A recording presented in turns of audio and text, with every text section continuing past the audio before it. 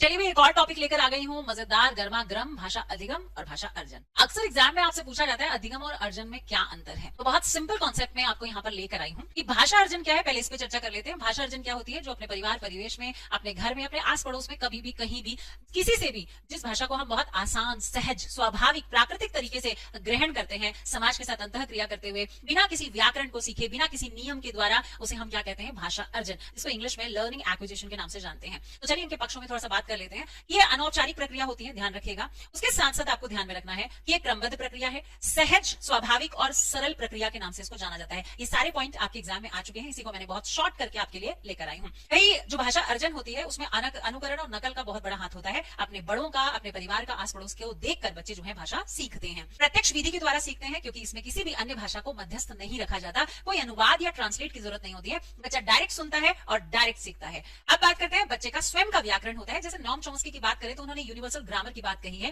जिसमें सार्वभौमिक व्याकरण का मतलब होता है कि बच्चा स्वयं अपना व्याकरण का निर्माण अपने आसपास सुनकर अपने आप को सुधारते हुए कर लेता है। अब चेतन अवस्था में होती है, क्योंकि भाई यहाँ पर भाषा जब हम अर्जन करते हैं तो उसके लिए हमें ज्यादा दिमाग खर्च करने की जरूरत नहीं होती। बच्चा जो है 6 से साल भर की उम्र के अंदर ही भाषा के कई शब्दों का प्रयोग करने लग जाता है, और वो सोते समय सपने भी या फिर किसी के बारे में विचार करता है तो जिस भाषा का प्रयोग करता है वो है आपकी मातृभाषा, अर्थात जिस भाषा को आप अर्जन करते हो उसी में आप सोच सकते हो। ये रियलिटी है, ये प्रूफ कर दिया गया है। इसमें वातावरण, परिवेश और समाज और परिवार का बहुत बड़ा हाथ है, और इसमें मातृभाषा या क्षेत्रीय भाषा सीखी जाती है। इसके साथ साथ ये सामाजिक अंतःक्रिया से सीखी जाती है, और इसमें श्रवण और वाचन शामिल होता है, पर लेखन और पठन शामिल नहीं होता। इसमें कोई व्याकरण शामिल नहीं होता, कोई विद्यालय शामिल नहीं होता, कोई क्रमबद्ध प्रक्रिया शामिल नहीं होती। ये एक अनौपचारिक प्रक्रिया है और इसमें किसी भी प्रकार की सिस्टमैटिक या इंस्ट्रक्शन गाइडेंस की जरूरत नहीं होती, मूल्यांकन की जरूरत नहीं होती। पर जब हम बात करते हैं भाषा अधिगम की, मतलब लर्निंग का मतलब है कहीं ना कहीं एक सिस्टमैटिक अप्रोच, या फिर सिंपल भाषा में कह सकते हैं एक औपचारिक प्रक्रिया है ये, जहां पर आपको क्रमबद्ध प्रक्रिया की भी जरूरत होती है। आप कोई बनावटी है, अप्राकृतिक है, क्योंकि इसके लिए आप क्रिएट करते हैं एनवायरमेंट, ताकि बच्चा उस परिवेश में सीख सके।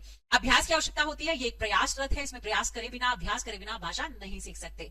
ये अप्रत्यक्ष प्रक्रिया है, क्योंकि ये डायरेक्ट नहीं इनडायरेक्ट होता है। इसमें किसी न किसी भाषा को मध्यस्थ रखकर आपको भाषा सिखाई जाती है, मतलब ट्रांसलेट कर सिखाई जाती है। इसमें किताब की जरूरत होती है, निर्देश की जरूरत होती है, व्याकरण अनिवार्य होता है, मूल्यांकन, शिक्षा, किताब, पाठ्यक्रम, बहुत सारी चीजें हैं जिनका समावेश कर आपको भाषा अधिगम कराया जाता है। इसमें हमें मेथड्स की भी जरूरत होती है, प्रिंसिपल्स की भी जरूरत होती है, टीचिंग एड्स की भी जरूरत होती है। इसमें चेतन अवस्था में आप भाषा सीख सकते हैं, आप अवचेतन अवस्था में सिर्फ और सिर्फ अपनी मातृभाषा सीख सकते हैं। इसमें विधियां, नियम, स्कूल के साथ साथ ये द्वितीय भाषा की बात करती है या लक्ष्य भाषा की बात करती है, यहाँ पे हम किसी भी सेकंड लैंग्वेज को सीखते हैं। अच्छा, पाठ्यक्रम आवश्यकता होती है, इसमें चारों भाषा कौशल सिखाए जाते हैं, श्रवण, वाचन, पठन और लेखन। इसमें चारों के चारों इंक्लूड होते हैं। ऐसी अधिक जानकारी के लिए मेरे साथ जुड़ेगा डेली यूट्यूब पर 1 बजे केडी लाइव टीचिंग पर। धन्यवाद।